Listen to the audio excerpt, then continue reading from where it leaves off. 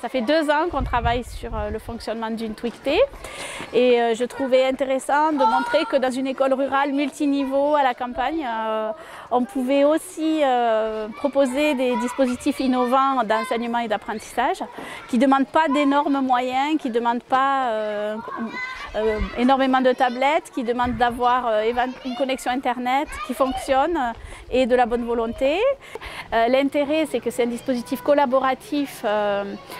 qui s'est mis en œuvre depuis 2 ans, enfin depuis un peu plus que 2 ans et qui est vraiment très actif depuis 2 ans, qui permet à des maîtres de différentes classes répartis dans tout le monde francophone d'interagir et de créer des ponts, des passerelles entre nos différentes classes. Ça permet de travailler l'histoire-géographie, de travailler également des sujets transversaux comme le sport, notamment pendant la Twictée 15, on a travaillé sur le rugby. C'est là tout l'intérêt de cette Twictée, c'est que la première partie est négociée mais en interne à la classe, et la deuxième partie consiste à accepter la critique, accepter qu'un père, donc un autre enfant du même âge,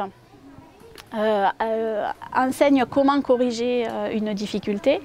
et que ce cap-là soit passé pour qu'ensuite, dans la dernière étape qu'est la Twictée transfert, l'enfant soit capable de réinvestir et remobiliser les connaissances qu'il a travaillées. La Twictée, c'est un peu plus dur parce qu'on essaye de corriger tout seul et en groupe et on n'est pas vraiment d'accord sur des choses. On n'est pas d'accord, on cherche dans les dictionnaires et après on écrit le mot qui est juste. Dans le Lot, on est 2 classes à pratiquer la Twictée, l'école de 13 pouces et l'école de Sauzet. Mais dans le monde francophone, maintenant, il y a plus de 350 classes qui collaborent. Et moi, je suis convaincue de l'intérêt de cette façon d'enseigner l'orthographe.